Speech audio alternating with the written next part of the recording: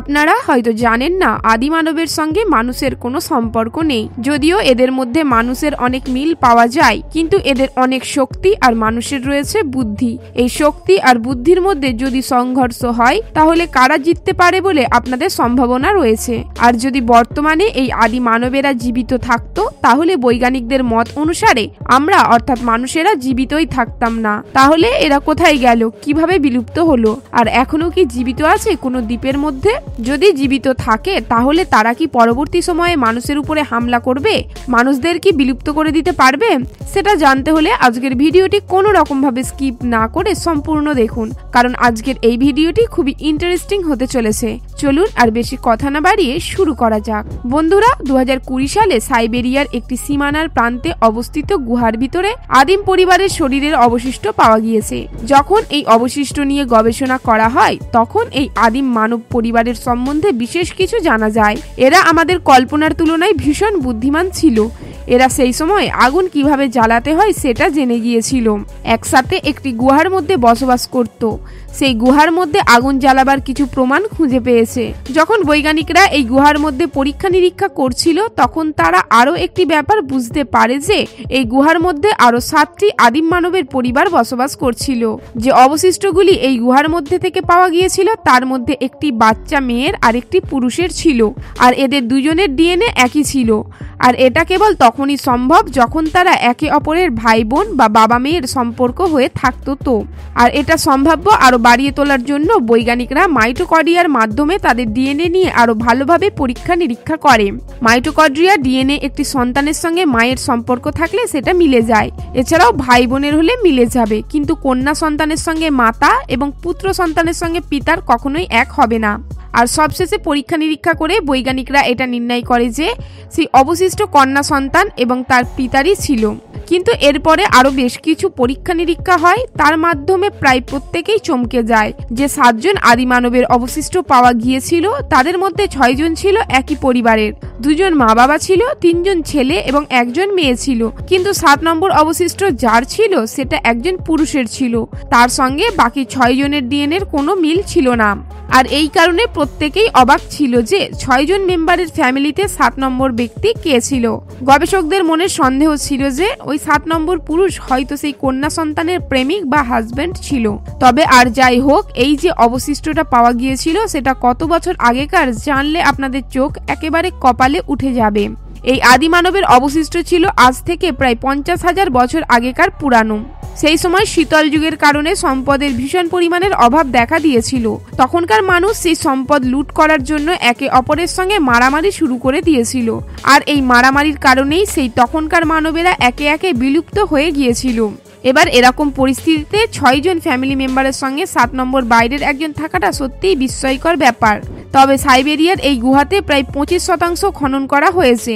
তবে পরবর্তী সময়ে এই গুহার মধ্যে আরো অনেক কিছু জীবাশ্ম পাওয়া যেতে পারে বলে বৈজ্ঞানিকদের সন্দেহ রয়েছে। আর সেইগুলির মাধ্যমে জানা যাবে তখনকার যুগের মানুষের স্বভাব সম্বন্ধে। যদি আপনারা মনে করেন এই মানবেরা মানুষ এবং গরিলার মধ্যে ভালো সম্পর্ক রাখতো, তাহলে বলবো আপনারা একদম ভুল ভাবছেন। আসলে মানুষ এবং শিম্পাঞ্জির মধ্যে একটি বিরাট পরিবর্তন এসেছে, কিন্তু শিম্পাঞ্জির সঙ্গে মানুষের মিলন করিয়ে কোনো সন্তান জন্ম দেওয়া যায় না। অতীতে এই ধরনের প্রয়াস কিছু বিজ্ঞানীদের দ্বারা পরীক্ষা নিরীক্ষা হয়েছিল, কিন্তু রুশের এক বিজ্ঞানী একটি মা শিম্পাঞ্জির সঙ্গে একটি মানব পুরুষের মধ্যে শারীরিক সম্পর্ক করিয়ে একটি সন্তানের জন্ম দিয়েছিল, যাকে হিউম্যানজি নামে প্রত্যেকটি মানুষ জানত। কিন্তু এই ধরনের খবর লোকমুখে প্রচলিত, কখনোই এটা সত্য নয়। এবার যদি এই আদি মানবের কথা বলা হয়, তাহলে শিম্পাঞ্জি বা গরিলার থেকে এরা অনেকটাই মানুষের সঙ্গে ঘনিষ্ঠ ছিল। মানুষ এই সমস্ত মানবের সঙ্গে সম্বন্ধ বানিয়ে সন্তান জন্ম দিতে পারত। ইউরোপের মধ্যে বসবাস করা বেশ কিছু মানুষের শরীরে এই সমস্ত আদি মানবের ডিএনএ পাওয়া গিয়েছে, যার মাধ্যমে এটা আরো ভালোভাবে বোঝা যায় ইউরোপিয়ান কিছু মানুষের মানব অর্থাৎ হোমোসেপিয়েন্স তখনকার আদি মানবের সঙ্গে সংগঠিত সন্তান। কিন্তু অন্যদিকে আফ্রিকান মানুষদের মধ্যে আদি মানবের কোনো সম্পর্কিত ডিএনএ নেই, কারণ এই মানব আশ্রয়ের জন্য কখনো আফ্রিকাতে যায়নি। এদের শরীরে অনেক জীবাশ্ম ইউরোপ এবং এশিয়ার শীত প্রধান জায়গাগুলিতে পাওয়া গিয়েছে।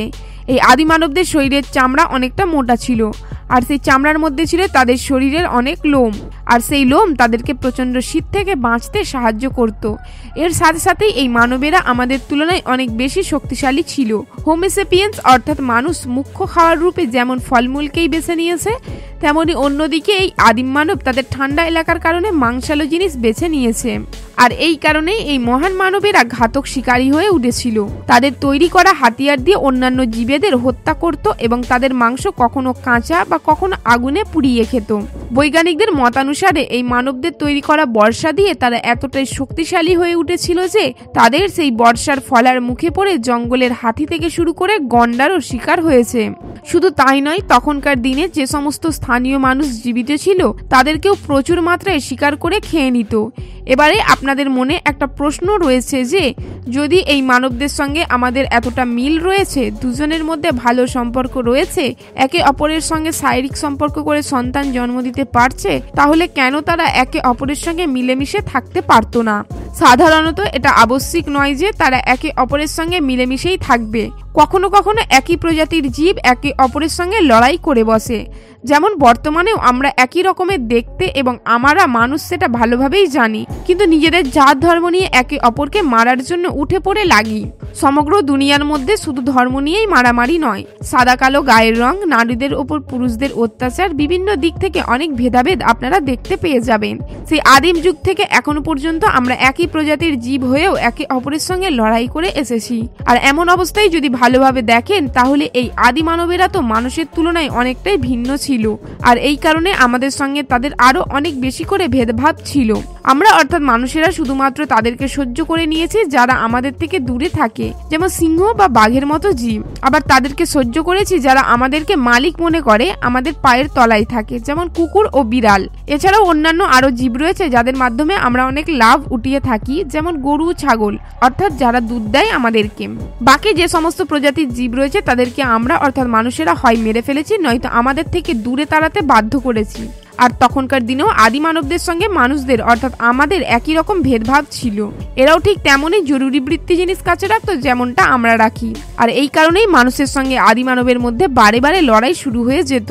হোমোসেপিয়েন্স আর আদি মানবেরা একে অপরকে দেখা মাত্রই লড়াই করে কাউকে না কাউকে ঘায়েল করে মেরেই ফেলত, আর একে অপরের জাতের নারীদের সঙ্গে জোর জবরদস্তি শারীরিক সম্পর্ক করত।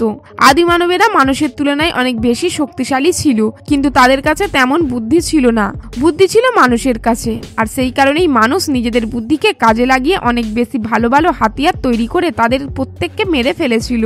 বন্ধুরা, একবার ভেবে দেখুন, যদি এই আদি মানবেরা বিলুপ্ত না হতো তাহলে কি হতো? বৈজ্ঞানিকদের এটা অনুমান যে আদি মানবেরা যদি না বিলুপ্ত হতো তাহলে বর্তমানে মানুষদেরকে এক এক করে শেষ করে বিলুপ্ত করে দিত। কারণ একটি গ্রহের মধ্যে কেবলমাত্র এক প্রজাতির বুদ্ধিমান জীব বসবাস করতে পারে।